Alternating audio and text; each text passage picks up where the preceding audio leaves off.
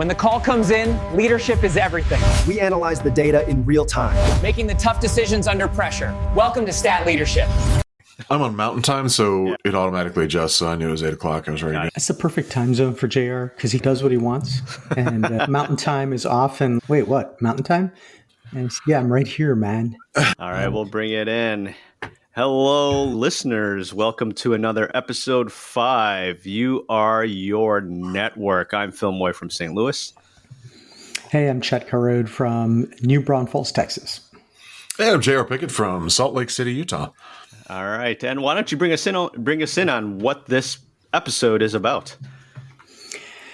So everyone who has ever been in a position to lead, and virtually everyone else, understands, at least at some level, that having a team, a group of people you can call your posse, your family, whatever, is a source of strength. And it can also be something that not only lifts you up, but that you can reach out to when you have things you need to get done, when you need advice about something, when you're trying to launch an idea or a project. So this idea of a network, a lot of people think that it's like you're trying to get an angle, you're trying to build a network. Oh, I have to go to one of those networking parties. But this is different. This is like-minded people pulling together to make something good happen. And leaders need to know not only what this is, but how to do it. And hopefully today we'll get to talk a little bit about the power of your network. You have to have a network. Without a network of people, you're not working with anyone. And if you're not working with anyone, you're not leading anyone, you're not accomplishing anything. And so today we're going to talk about developing some of those relationships and how that impacts our leadership. Yeah, and I was just thinking of myself as a young, brand new spanking EMS physician right out of fellowship, going to NAEMSP, ACEP conference, all these conferences. I'm like, I don't know anybody here. Everybody's so accomplished. I'm this wee little sprite here. And I remember I met a couple people that first year. We kept in touch by email. Then we meet each other again the second year, and you develop your close-knit group of friends. And that kind of grows because I remember I started doing the PEC, Pre-House Emergency Care podcast. And I remember that first year I had met Scott Goldberg at our ACEP teaching fellowship. And we just kept in touch because we went to different residencies, different fellowships, but we met each other across the EMS conference realm, like gathering the Eagles and everything. And so we were friends. I was like, hey, Scott, you want to do a podcast with me? He's like, sure, why not? And then I think the next year, randomly out of the blue, Jerry Escajeda came up to me and said, hey, Phil, I listen to your podcast, really like it. And if you need any help, let me know. I'm like, I need plenty of help. Met him. And then I went to another conference. It had to do with more social media, but I met Joelle D'Onofrio there, who's now Joelle D'Onofrio Odman. And I was like, man, this girl's got a lot of energy. She'd be great in a podcast. And it just kind of linked. And we became really close friends, our family. And we grew together. And that network with Scott, Jer, Joel, and I just kept on growing and growing. Like the next year, people were like, oh yeah, hey, how are you? And it's so your network, you don't anticipate going balls to the wall. You have a huge network to start off with. It starts small, right? And it takes a little bit of time to develop, but you meet people and it just goes from there. Phil, that's a great point. It captures this idea that sometimes it's because of a shared goal, right? Or a project we're working on or something that we're trying to execute together. And that draws people together. And that also is a place where we don't have to direct energy at each other. We're putting our energy into a project. So it softens it a little bit so that we can all lean in on something cool instead of leaning into each other's face. So that is a great way of starting that. And actually, this was something that I used to think about. I was a medical student and got a chance to go to some meetings, and I was just overwhelmed. I was an intern, didn't have time to do anything, so felt like I missed out.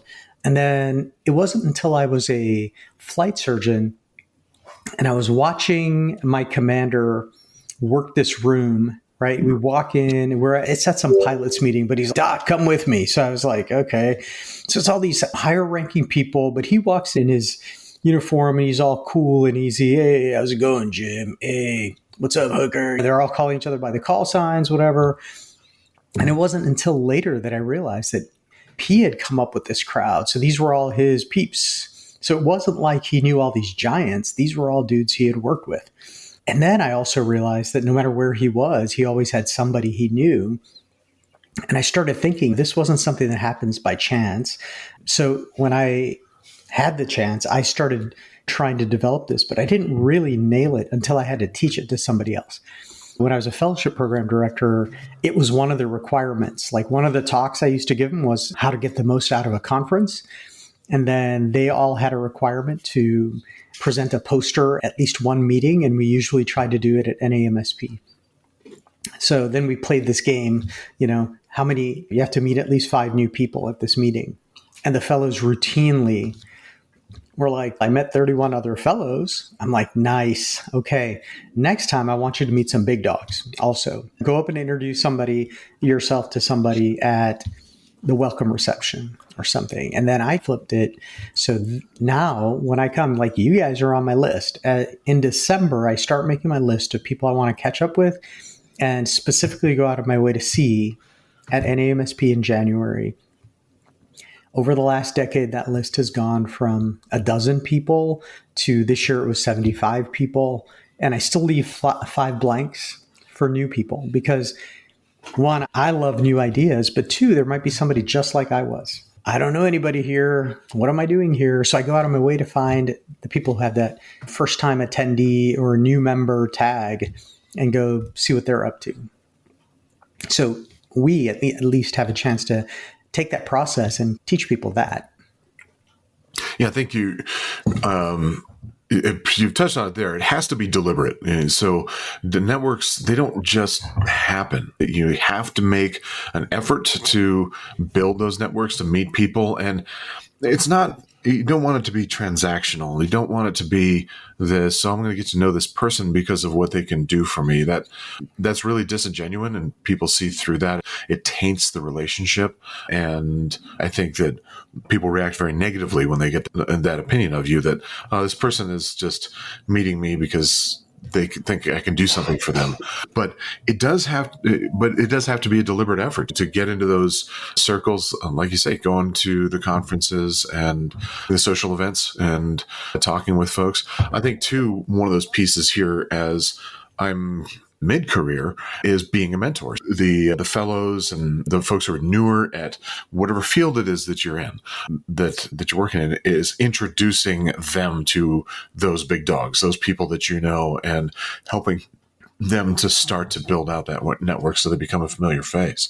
And yeah, like I think as you say, you meet all of the folks at a conference for the first time that you're there for less than a week. And I think of the movie Fight Club when he's talking about single serving friends. And so it feels like that the first year, but then the second year you see that familiar face again. And then the third year and then the fourth year, it's cool. What are we doing for dinner tonight? Let's go out, like the whole group of us. It becomes more of a thing.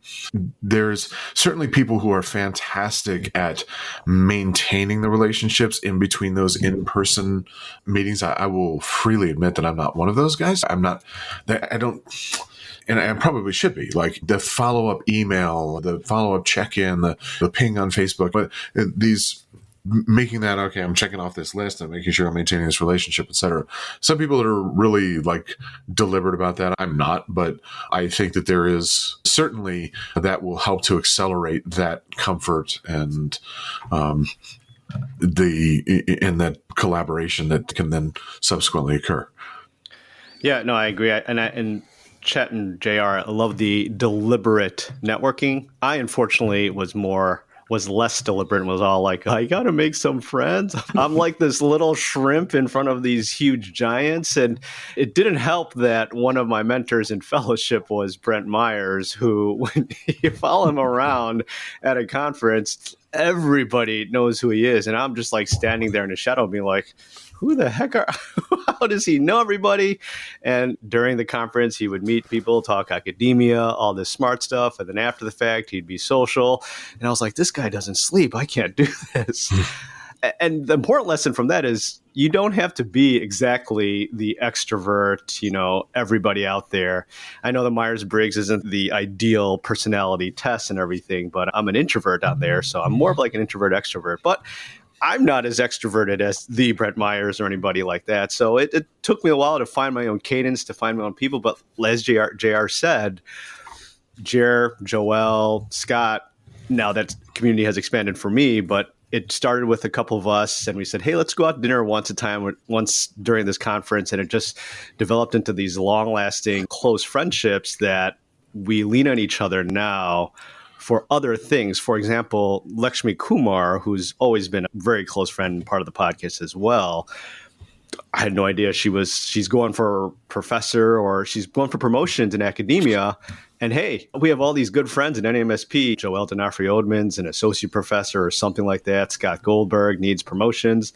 And you need letters from other institutions to get promoted. And so we're like, hey, Lakshmi, we're having dinner. Let's have a drink. And hey, could you write me letters? Sure, no problem, whatever. It's much easier to do that after you get this. But it did take me time. And JR and I think Chet will agree that it takes time to build a network. And it's okay if during that first conference, you're like, I don't know anybody, I didn't do a good job making networks. You probably did make an effort. People will recognize your face if you continue to go year after year. Yeah, and it helps if it's an organic process, just like JR was saying. If you go out of your way and you come across like you're schmoozing a bit, that feels unnatural to everybody on each side of that. But it does emphasize, everything we're saying emphasizes this idea of relationships, right? It's like the unrecognized superpower. And sometimes it's a relationship over just being like-minded. We all share an interest in EMS. But as leaders, our persona or our leadership ability extends beyond our professional sphere into our lives as well. And once you develop this ability, or at least an interest in expanding the network or just building relationships, then it spills over outside the professional part of the Venn diagram into the rest of our life. And that's pretty powerful too. It ends up being bigger than work. And I think the reason that's important is humans are not meant to live in isolation. I think since the beginning of time, they were tribal societies, 40 to 50 people moving around in groups. That's how they survived. So we may have a network within a network. A friend of mine, Bob Mabry, years ago, I was like, yeah, Bob, I don't know the people you do. And he looked at me with this funny look and he goes, me? I was like, yes. And he goes, and therefore you have access to my whole network and I have access to yours. And I was like, brilliant. That's really good. This idea that we are our network, and then by knowing somebody and by connecting with them, all of a sudden we have extended our sphere of influence and have gained a greater access as well. I'm glad you brought up Brent Myers and Bob Mabry, because coming up in this career, but I can say this about both of them, is how they made me feel, is they did not make me feel like a nobody. And Brent is extremely warm and very welcoming and kind. And when talking to him, he made me feel good to talk with him. I'm glad that I know him. He didn't give me the feeling of like, why are you talking to me? Kind of thing. And I think that's so important for us as leaders, as we build that career, to treat others that same way. You're a medical student that has some interest in this field. Be warm and welcoming and tell them, oh, hey, I'm so glad that you're interested in this. What interests you about it? Ask him a question and so forth. And likewise, Bob Mabry, he also never made me feel like I didn't belong there. And which, as I was coming up in this career, was really motivating for me. That what I take from that now as I'm a leader is I remember how they made me feel. And I'm like, okay, I want to make sure I make other people feel that way, that I'm around. And so this comes to that building the network, building a relationship, is how do you make people feel when you meet them? And so as introverts, and I'm an introvert extrovert. I'm an extrovert that hates people a lot of the time, but in certain environments, I'm very comfortable, and I'm very outgoing because I'm comfortable in that environment.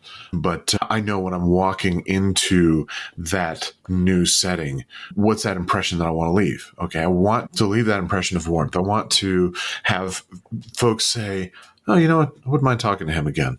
And as a leader, doing the same thing, having that that warmth to where the people that you're supposed to lead, because you never get like automatic credibility. You get a certain amount for your background from the people that you lead, but it's not complete. You don't get devotion. You don't get folks that are drawn to follow you, drawn to you, until you prove to them that you are there for them. And this is stuff that we've talked about on these other podcasts. But when we open that up, I don't want to come off as standoffish or anything like that. I have heard advice from mentors who've said you have to maintain this distance, and people that create a facade of I am the leader and I am here. And I really think that impairs your ability to build those, especially the informal networks, the informal leadership networks and communication networks that you have to as a leader. I think it gets in your way.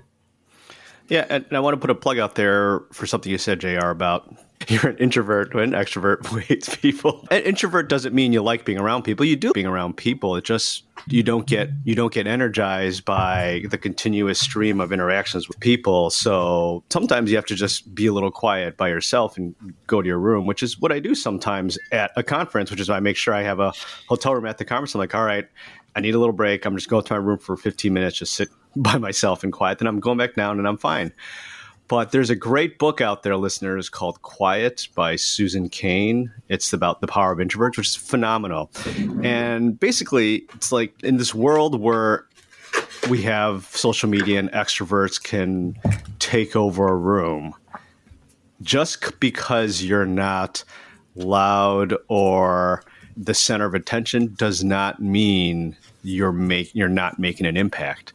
And I think a great kind of metaphor that I could pull is we're all on here fans of movie Gladiator, that one scene where Emperor Commodus is like, Gladiator, tell me who you are, right? Maximus slowly turns around and says very quietly, yet with intensity, he doesn't scream. He goes, my name is Maximus Decimus Meridius, blah, blah, blah, that whole spiel there and everything. But it's very quiet, and it's just one line, and he just walks away, doesn't say anything else. And I have another mentor, Jane Bryce, who is like that. She is not voluminous. She's not loquacious. She's very direct, very quiet. But when she speaks up, you're just like, God dang. Wow, that's really powerful. I want to get to know that person, right? So just because you're not loud or extroverted, the center of attention, doesn't mean you can't network. In fact, you can network very well. I have lots of people in my network who I lean to. They may not be very extroverted, but man, they give really good insights. And it's, I think, for some of these, we're talking about these giants, right? Jane and Brent Myers and Bob there. But for mere mortals, we may not know how those people ended up on Olympus. But if you ask them, they also are on a journey, right? And everybody has to learn how to recognize and then apply their backstage persona and their onstage persona. And for those of us in medicine, a lot of this is very much a procedure, right? If somebody pulled you off the street as a layperson and said, you're going to need to intubate this person and make sure you get something past the cords, we would all just freeze up, freak out and run away, or whatever we would do, because we have no idea how to do that procedure. So first somebody had to show us the anatomy, and then, how to do a pre-procedure thing. And then we probably had to see one, do one, teach one, do it with seriousness of purpose, but not necessarily taking ourselves too seriously. There's so many things to that. Networking and building relationships, even getting to know ourselves enough to do this. These are all learnable procedures. We don't have to accept that you're either good at it or you're not. Some people may have a natural affinity to it, so they may be out of the gate faster. But all of us can take a moment, find our stride, and come up to it, as long as we realize that this is a procedure I'm learning, and it's an ongoing learning thing. And at some point, the perspective shifts, and now we're teaching in this, and we're training people how to do it. And we do it by way of invitation, approachability, warmness in the interaction. But it's very much a learnable skill, I think. So if it's a learned skill, let's do that now. Let's talk about what that procedure is, what that procedure look like. So you're a young EMS physician, ER physician coming up. You're going to the conference, or you just started a new job and you're going to meet some folks, go tour headquarters and so forth. Let's talk about that procedure right now. So a listener who's in that position has something to come away with. And let's learn the skill. Let's talk through this procedure. Yeah, so I think part of it, at least, and I've thought about this with the fellows, because they really didn't. Yeah, it's not as easy for us as it is for you, Dr. Kharod. You already know people. I'm like, no. True. Now, at one point, I was learning to ride the bike too. So on the one hand, there's think about it. On the other hand, there's don't overthink it. So if you're reaching for an index card so you can look down and go, hello, I would like to ask you about your blood program. That's going to be so awkward. So the first steps are just human steps, right? Smile. Because most of us have to think about smiling. Sometimes I think I'm smiling and I look in the mirror and I'm not smiling. Or my fellows would often tell me, Boy Scouts, my kids, my wife, they'll all go, what are you mad about? And I'm like, not mad. This is just my face. I'm not mad. I'm disappointed. I'm like, sorry, I just look like this. But so the first thing is smile. It may even take a little bit of practice, right? We look at it and go, hi. And then introduce ourselves, have a handshake with that person, fist bump, whatever. But I like handshakes. But the other thing is potentially social settings. So during the conference may not be, like the presentation may not work, but at the coffee break is a perfect time. Everybody's going for a snack. You can go over and either do it randomly, whoever's next to you, or the way I used to do it was I would look at the conference schedule and go, that's interesting. Or if there was a speaker that was really exciting, I would try to make it a point to angle over there with a question. Or sometimes I had no question. I go, hi, I'm Chet. This is my first time at this meeting, and I thought your talk was interesting. And see where that goes. But it is an approachability thing first, not an intelligence or accomplished person thing first, I think. Yeah. And as somebody who grew up really shy and somebody who just hated meeting new people because it was so intimidating and so frightening, what I found helpful for me to just say hi to people and just go up to basically cold call it, if you will, is I had a goal, and what really helped me in MSP, for say I was part of the PEC podcast, I would go up to them and be like, hey, that talk was really informative and I learned a lot from it. And I'd be like, my goal is to I want to get them on the podcast so I can talk to them.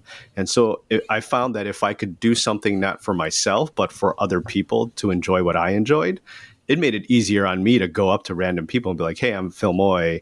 I loved your talk. I'd love to talk to you more.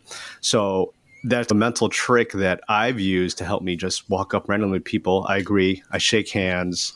I make sure I have good eye contact. I smile, but I don't stare at them and bore through to their soul kind of thing. But yeah, exactly. But I make sure that I'm come up warm and congenial. And I find that if I have a goal that's other than myself, hey, I'm the president of our of our local organization, NMSP, and I thought your political talk here was really good. I'd like to have you come and talk to my local NMSP group. I'm not doing it for me. I'm doing it for the people I serve as the representative for our local NMSP chapter. And that just makes it easy for me. And so I go up, shake their hands, smile, and eventually see where the conversation goes. But I would always make sure I have some sort of way to either get their contact information or I give them mine. I try to get theirs to be easier. Yeah, I think establishing that, not having something in particular to talk about, except, just as you say, that small thing. I really enjoyed your talk. And then leading on, and I think asking questions is such a great way to get somebody to respond to you, to establish something. It's a compliment. But how did you get into this field, or how did you find this niche? That's the post-talk question, right? Or, oh, hey, you're from Los Angeles. I hear that you guys are doing this really cool thing. Are you involved with that? Something along those lines. Or maybe I see that you're wearing a Tar Heel shirt, and just some common connection, something that to leap off with. And it doesn't even have to be professional. And in fact, I think if it's not professional, sometimes that really opens that up. If it's a fantastic shoes, where'd you get those? Something that creates that bit of a connection, that bit of relevance there to initiate that conversation. I say, don't make it transactional. Talk a little bit personal.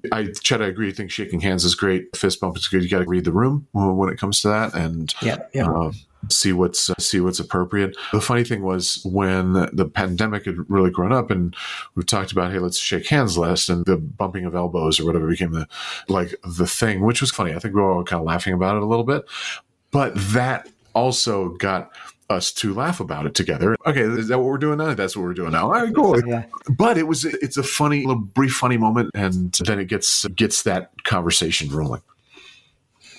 Yeah, absolutely. And I think I had a great mentor named Mike Sanchez, and he used to tell us, let your aura precede you. And we'd all shake our heads, and I would feel much more confident in my aura if I knew what I was doing. And he's like, no, you do know what you're doing.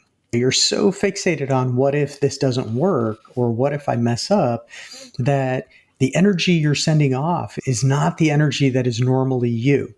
So he was a tremendous demander of perfection in our procedural skills and all that. But at the same time, he was hugely a confidence booster and used to tell us, hey, when you walk into that room to do that, whether it's a lumbar puncture, whether it's an intubation, chest tube, whatever, he goes, you got to believe you're going to do it.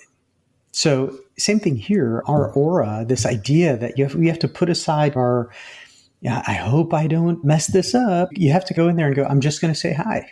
And I know how to say hi to people. And that energy sometimes is very attractive as well and pulls people in. Yeah. And I'll jump in here, and as an endurance sports guy, it's an endurance sport, just getting to know your network. I could think of several people I know where I've just briefly touched base with them, said, hey, how are you? And then recognize their face in the next event that we've seen. Oh, hey, what's going on? I haven't seen you in a while. Cool. You having fun? Great. All right. I'm going to go this way. You're going to go that way. For example, I could think of Nicole Boston, very good friend of mine now.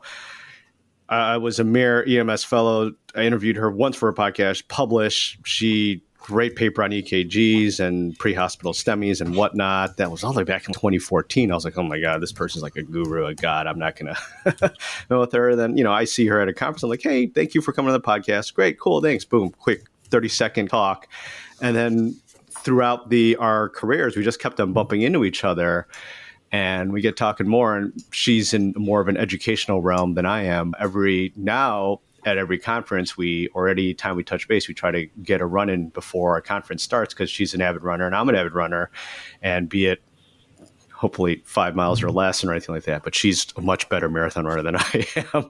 But yeah, we try to get a run in and everything, and it's a good way to catch up. But that took a while to develop there and everything. And she was intimidating to me. And just beware that these touch base network and saying hi to people, they do pay off eventually. It's like working out a little bit every day. One of the days you'll find your six pack. Yeah, and I think one of the things too, like when we're talking about going and meeting folks at conferences and being on all the time, to that positive energy and being outgoing, especially if one is not naturally, so that can be exhausting. And I think that's why a lot of folks say, oh, God, it's going to be so tiring. But just like an ER shift, I tell the residents, like, get out of the ER once a shift. And so somewhere maybe 2/3 the way through the shift, I'm like, all right, let's go to the coffee shop. We have a 24-hour Starbucks in our lobby, which is really just fantastic.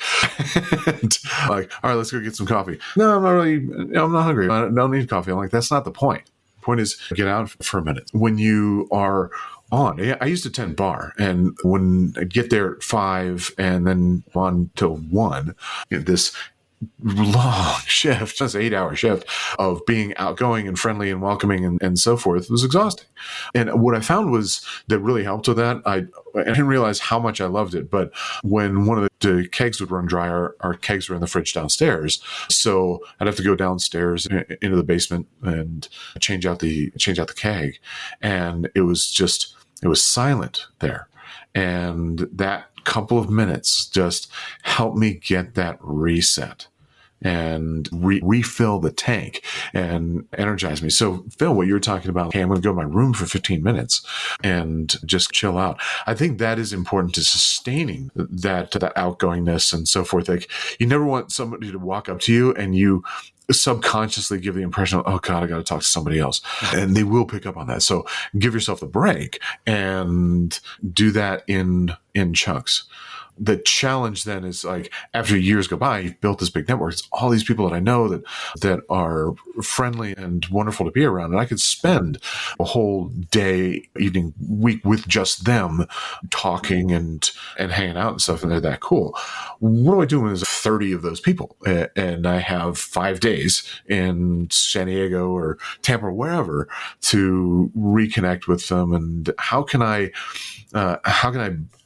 refresh that relationship? How can I water that plant and keep that growing when I know I have only so much time that I can spend?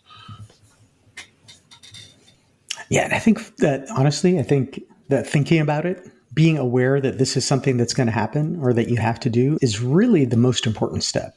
Once you're aware, then you can pace yourself or you can prepare yourself, whatever that is. And in that way, there is an element of training and deliberateness to this. And I think if you've ever given a big talk, and I know we all have, the way to look most natural is to have prepared incessantly for it. So life's that too. And I'm not saying we have to walk through a series of pre-rehearsed steps, but if we've thought about who we are and how we're going to be and what it is that we're up to, then every interaction we have can be a little more relaxed, but more productive as well, because we've already done the work of thinking about it. Who am I being? What am I up to? Why am I this way? All those things happen backstage so that when you're on stage, you're not struggling with that. Yeah, completely. And you'll find that as you start with this being a little deliberate, it's going to feel forced or it's going to feel like a workout. But like anything, your body, your mind will adapt and it'll eventually become second nature per se. It's like your patient encounters as a young physician, as a medical student.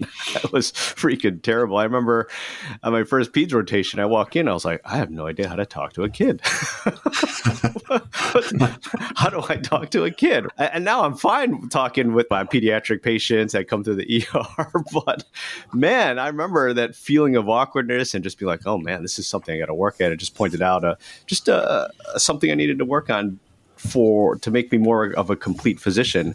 And I feel like all of you listening here, either if you're a physician or EMS clinician, whatnot, the approaching somebody is already in your blood because you do that with your patient encounters every single day. It's just your goal is a little bit different. I'm trying to figure out what's going on with you, where your goal this time is not quite selfish, but it's just, hey, I just want to get to know you, which is a little more intimate, a little bit different, but at the same time, it's the same thing. Yeah, the short version of that is a really good example that we have from cinema. A short introduction, a greeting, hello. Short introduction. My name is Inigo Montoya. Establishing a relevant connection. You killed my father. And setting expectations. Prepare to die. Exactly. How many characters does he do that to? He does it to everybody in the movie, I think. That's his opener. He only does it to one. That's he tells the man in black that's true. What he would do, but then when he finally meets the evil Count Rugen, then he lets him have it.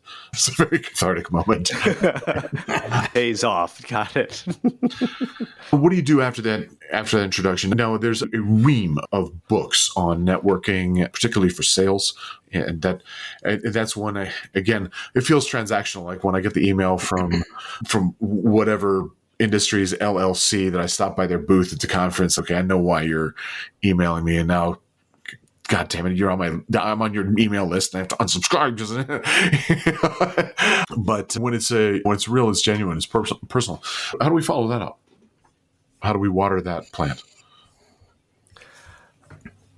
So I think some of it, and I was the one saying just a minute ago, we have to be deliberate, but having been deliberate going into this, there's an element of natural follow through that happens. And all of us that are athletes know that if you overthink your golf stroke, your tennis stroke, your baseball swing, your basketball shot, if you overthink it, you're probably going to not nail it because your head got into it when it was just a natural follow through. On the other hand, there's a reason why NBA teams have free throw shooting coaches because you are supposed to get your head into that space at some point. So the way that applies to this, I think, is entering every interaction, whether it's working with my medics on the street or whether it's engaging an audience at a talk that I'm giving, or whether it's just wandering around during the break and choosing to meet somebody. In all of those, I have a purpose that I've thought about. And then after the fact, I typically, and I'm old school this way, I still write people's name down. And the reason I do that is I remember things better when I write it down. I love walking up to people. It's a game I've played since I was a kid. I love remembering people's names. I don't like going up because I'm pretty good with faces already. So I like sticking a name with it. And then next time I see them, they don't know, but in my notebook, I'll actually maybe write the circumstance of it, or this was the guy JR introduced me to and then walked off. So I had to make conversation. So now I have something that reminds me, but I'll actually, not everybody, but I'll follow up with a small percentage, or I'll go out of my way to pick an email and send it and go, hey, whatever happened with that? And sometimes it's a little bit later. I've got some medical directors from the Northeast that wanted to work on something after some comments I made, and I still have to follow up with them, right? So I'm aware now that I'm not going to be able to circle back with everybody, but if I can get a handful of them, it's a beginning. And I think too often in our career, we want it all. I want to be 100% connected. You can't really do that. So you may have to take a bite out of it and then follow up a little bit more, reach out to somebody else. And worst case scenario, you'll see them next year, right? And just like you forgot to reach out to them and circle back, chances are they also forgot to follow up because their life got busy too. So again, you're back at square one with the smile and the handshake or the fist bump, but this time you already know each other once, right? So the under message there is if you don't circle back, all is not lost. It's still a familiar face and you can start there, so we can take some of the pressure off that way, I think. I want to speak in favor of, I know like we get this big placard name tags whenever you go to a conference and stuff and you're wearing around your neck all the time. That is so important. It really is. And there's folks that I've seen. I'm like, okay, I've seen and talked with you like 3 conferences. I think 3 years now. I still can't remember your name. That happens. I'm so terrible at remembering names. And so please just I wear the name tag. I do not expect that you necessarily know who I am, even though I am familiar to you. And, do you not know me? Do you know who I am? I am JR. No, I'm not nearly that famous. But I just want to speak in favor of doing that as you're networking. Wear that name tag. Wear something to remember you by. My medical school and residency interviews, I wore a little Batman pin. Oh, yeah. It's a little thing, but that was the conversation starter. That really helped. And I heard back too, that was something that like, hey, I go with the Batman pin. Yeah. And I think to follow up is important. And if you don't, it's not the end of the world. Like I said here, I've had plenty of relationships where I've just touch base, skied them at every conference, and it's just in a habit there. But the follow up, getting their contact information, whatever it is important. I personally, my trick, I'm like JR. I'm terrible with names. I wish I had Chet's skill to remember names. I am terrible with names. So when I get, hey, what's your text? What's your number? I'm going to text you. I write down JR Pickett, Utah, right? Or something like that. Or Chetan Kharod, Texas, Air Force, something in my cell phone there. Or if they give me a card, I'll take a picture of the card. Or maybe I'll try to take a selfie with them and be like, oh, I have 2 pictures in a row. Oh, this is who I was talking to and everything. What'll help with that follow-up that I found was, again, as a very shy little kid, is having the goal in mind, not for myself, but for somebody else. I'm doing this not for me, but I'm doing this because this person has an interest in education, and I'm really good friends with Maya Dorset. I think he should know Maya Dorset, so I'm going to connect him with her. And so let me get your contact information. I'm going to introduce you to my good friend Maya. She is like a guru, a god in education. So she will talk your ear off, but here you go. And so it gets me that information. So it gives me the motivation to also remember to follow up with said person. I think there's power in that, right? So sometimes when we do, on the one hand, when we're doing it for ourselves, we might be very invested. On the other hand, sometimes we let things go when it's only for us. We're willing to sacrifice that. So when we make it about somebody else, we are maybe a little more diligent, a little more dialed in to help them out, that kind of thing. That's a great point. I also think that all of these things are learned skills, right? So I wasn't always great with names. One summer I worked at a diner in undergrad, and I was serious about the job because I needed the money, but I also thought it was a great game. So I started playing this game where I would not write down any of the orders, and I would bet my tip with the party that was there. I'll bet you my tip that I can remember your names and your orders when I come get them. They're like, "You're not going to write this down?" I'm like, "Nope." So it was a little game I was playing, and I usually groups of 3 or 4, easy. One time it was a kind of alumni party, so it was like 10 people. It was a family, so that was easy. And in my mind, I was trying to figure out how I was going to remember this. 2 dudes that were a year ahead of me ended up switching places, so I muffed that order, so they didn't want to give me the tip. And I was like, fair enough. I said I would nail it, and I didn't. But their dad came back in 2 minutes later, and he's like, "Hey, man, those dudes switched seats. You had it. Good job." And he left me a bigger tip, and he goes, "I know you're working at it. That was pretty fun." But the point in the story is a lot of times if you can make it a game, that's great. And if you can't make it a game and it's a procedure, that's okay too. Almost everybody who's really good at something had to work at it, right? So if this is important, we'll take a crack at it, we'll work at it. And to the extent that we put some energy into it, we're going to get something out of it. But it's not the end of the world if that's not our big thing. We don't all have to be great at it, even though we all live in a world of relationships. So it helps if we get better at it. That's the way I try to frame it. You had the book. We can do a leaders read thing if we want this time. Yeah, we could do a leaders if you want. Yeah. What do you think, JR? Is that interesting? You have an awesome book list. I actually screenshotted your Facebook book list from that one EMS group. And it's actually one of the pinned notes in my phone now. Books to read from JR Pickett.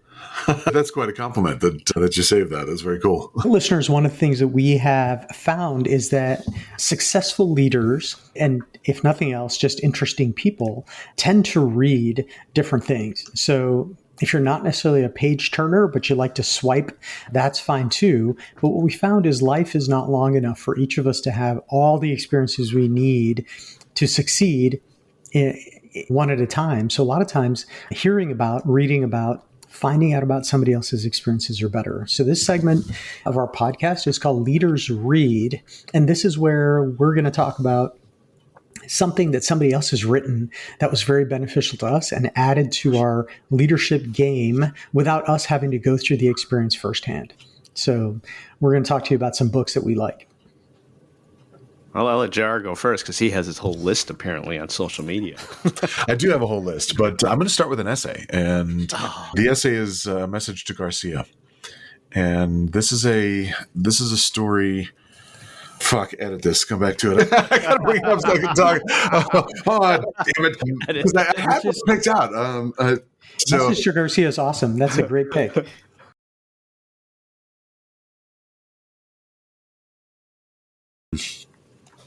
But so anyways, all right, back at it. Where I'm at. I do have a lot of books that I love, but I want to bring up first an essay called A Message to Garcia.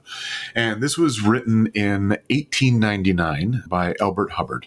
And it is a story about an American soldier who's Lieutenant Andrew Rowan. So just before the Spanish-American War, the essay describes Rowan having to carry a message from President McKinley to General Garcia, who's leader of Cuban insurgents. And somewhere in the mountain of Cuba, no one knows where. So the point of this story was that this young officer was given a task of, I need you to get a message to Garcia, and really didn't have other constraints or guidance on it. This is what I need done. And I need you to get this done. And he went out to do that because McKinley wanted to make contact with this general, this insurgent general, and needed somehow to make that contact, but didn't have any formal means to do so. And what the essay does is it's praising the individual initiative and creativity and on the part of Lieutenant Rowan, but also the leader having that trust in somebody to execute that, to say, this is the end state, this is what I need to get done, and giving the faith to execute it how he sees fit, how he needs to. And this essay, in fact, got me a job. I was interviewing, I'd gone through a whole series of interviews, and the final boss, if you will, was the city manager. And looking around the room, taking the clues, as I'm talking with him, he's got a placard from when he was a Navy officer. He was a submarine officer. And I saw that. And he had some of the bearing, military bearing as well, so you could read it. And he said, why should I hire you? The last question he asked me is, why should we hire you? And I said, I can bring a message to Garcia. And the funny thing was, he understood immediately what that meant and smiled. And he's like, all right. Like, he got the fact that I could show initiative with minimal supervision and get things done with a visualized end state. That allowed me to explain to the other person I was interviewing with what that was, because he wasn't familiar with the story. And so it's a common story in like officer circles in the military to learn about that. So that is my leadership thing. And it's a short read. Please go out, read that, but consider as an individual, as an employee, how you can do that, show initiative and move forward, but also as a leader, how you can find those people capable of doing that and support them in that way, which a lot of time means getting out of their way. That's awesome. Yep. I guess I'll go next here. I think a book that's a self-improvement, but it's also helped me tremendously in leadership projects, creating processes as leaders to improve whatever you're improving on. The book is Atomic Habits by James Clear. Came out 5-6 years ago. I think it's a fantastic book. And the overall essence of it, habits, we all know the habit loop, right? The cue, the stimulus, the reward, et cetera, et cetera. But it phrases it in a way that really puts it to how it can really influence your life, right? So the overall theme I could put is, you don't rise to the level of your expectations, you fall to the level of your processes. And your processes are all habits, right? And what's interesting is he starts with the cue, which is part of the beginning of the habit. There's a cue that stimulates you to this is a bad habit, but smoking cigarettes, right? But he goes even further back. The beginning of a habit is changing your identity. Right. And he uses this really interesting metaphor. And there's this shopkeeper, these two boys. The shopkeeper finds that one of his products is gone. And he accuses both the boys. You guys stole this. One kid says, I didn't steal that. And the other kid says, I don't steal. Who are you going to believe? You're going to believe that kid that says, I don't steal. That's his identity. I am not somebody who steals, so that is who I am. And so basically he's talking about the habits and how it's reinforcing whatever you want to do and how to make something catch on that you as a leader truly believe that those who are in your charge should be doing. And this is how you get that process going. And another important thing that I come out of that book about is, especially as habits, is we're all human. We all make mistakes. But I think what's a nice kind of thing that I either daily or every weekly, I think in my head, I'm like, I'll miss something and that's okay. But to reinforce that habit, I always say, don't miss twice. Because if I miss twice, I'm establishing a new habit, right? So I want to keep good habits in there, and that'll make me a better person, a better leader, a better follower, et cetera, et cetera. And it helps me guide whatever processes I want to improve upon or want to change or want to do. I love that. There was I saw me somewhere on Facebook, and I think that's great. I love Atomic Habits. And we talk about time travel and the concern that a very small change somewhere in the past will greatly change the future. So why is it so hard for us to believe that a small change right now will positively impact our future later? The butterfly effect. Movie. Yeah, why can't we use the butterfly effect to our advantage? And that habit, that little thing. And I love how Clear talks about making a little bit of progress here and there, little bit changes here and there. So I think By the way, great picks. Those are really interesting. And I feel somewhat accomplished because I have read both. So I'm on the right track. It is. Although I hate to dash everybody's hopes, but The Message to Garcia was actually fiction. There are historical characters there. The folk hero story is a bit exaggerated. And that's another great gift of J.R. Pickett. He lifted me up in one moment and dashed me down immediately.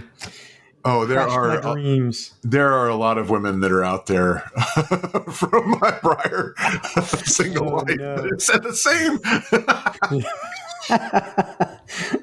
You're part of a long list of people I've crashed. Sticking pins in a voodoo doll with my name on it. So I'll tell you, reading is one of those things. I feel like I meet a lot of people who say, oh yeah, I don't read, I just watch the movie. And I always go, okay, that's whatever you like, man. But I feel like you missed something. And I feel like you don't only have to read nonfiction. I also have colleagues, some of whom you know, that have told me, I can't believe you read so much fiction. It's a complete waste of time. And I disagree with that. I feel like there's opportunity and space within our experience to do both. We get into the fiction. There's great invitation to imagination and creativity that comes out of that. Sometimes it just puts you in a headspace where you're reading the book and enjoying it in the foreground, and in the background, your mind is figuring out whatever it needs to do. It can take a little walk on its own, right? Fiction, nonfiction, all of it is good. A book I'll talk about today, though, is one called Hero on a Mission by an author named Donald Miller. What I found really compelling about this, he says, hey, every great story has a hero, a villain, a victim, and a guide. And then he goes a little further and he goes, if you look closely at your life, you may have had an opportunity to play each of these roles at some point.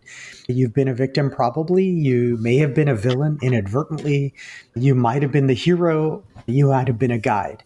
And then sometimes we look at ourselves only from the hero role, and we don't realize that we have been the other. But an interesting point he draws is that if you look at the villain, it's somebody who exerts their power or feels powerful by derailing somebody else, holding them down. But if you go further back, they were usually a victim at some point. And this is how they went. If you look at the hero, they are trying to help, trying to change something. They're coming at a task, trying to achieve something. Generally, they have some gap or flaw in which they need some help. But if you look further back in the hero story, they also have been a victim at some time. And very often, if you look at the guide, it's usually somebody who had some resolution. They accomplished their heroic quest, or it's a recovered villain or something like that who is now trying to guide and help and is adding into somebody else. So that's a very short summary, but Donald Miller not only walks you through this concept of living our life as a hero on a mission, but also has a bunch of exercises and other things you can do that help you craft to recognize and then craft your story. Hero on a Mission, highly recommend it. It's interactive, but love the fact that we're all talking about and doing the leaders read thing. Yeah. And I love the hero villain thingy because oftentimes it's the same beginning. They're both a victim. It's just the villains, I felt this pain and I want everybody else to feel this pain, stereotypically. And the heroes love this pain and I want no one else to feel this pain. Right? It's how you respond. Exactly. Yeah. And when I saw the thing, when he first described it, I was like, Bruce Wayne. And I guess the other counterpoint would be the Joker, whatever. But I've never been villain obsessed. I've been a Bruce Wayne Batman fan since my earliest days. There's pictures pre-internet, thank goodness, floating around of me walking around in my daily life with blue gloves, a blue bandana, and those blue crew socks pulled up as high as I could because I had to achieve the boot effect on a immigrant income there. So the spikes on the glove.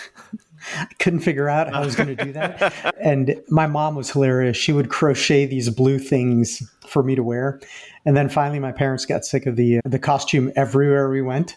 So they were like, there's this thing called a secret identity. I'm like, what's that? Batman doesn't roll around as Batman everywhere. He goes places as Bruce Wayne. I'm like, good point. Yes. this is a whole different side of you. I saw this coming.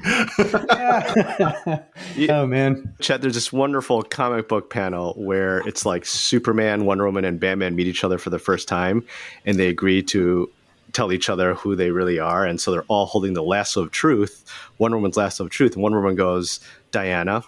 And Superman goes, Clark Kent. And Batman goes, Batman. I've seen that. I love that. Yeah, I'm back here on the shelf. There's the Encyclopedia of Comic Book Superheroes, Volume 1, Batman. It's the real deal. So I'll tell you a little story too about Kevin Conroy, who voiced Batman in the animated series for many years. Very accomplished voice actor who recently passed away, unfortunately. His thoughts on the character was that Batman was not the mask he was putting on. He was Batman. The mask he was putting on was Bruce Wayne. So he felt himself as this hero, this force for justice, etc. And it was being that playboy that was the mask that he put on. But back whenever he's in his private lair with the Alfred, then he was still like got the gravelly voice and it's Alfred. Yeah, exactly. That stuff. I think Christian Bale adopted that as well with his portrayal of the character. Yeah, absolutely. That's a whole different. We should do that episode. Batman. Yeah, there is leaders. there is definitely a leadership lessons from superheroes episode in there somewhere. That I look forward to that one.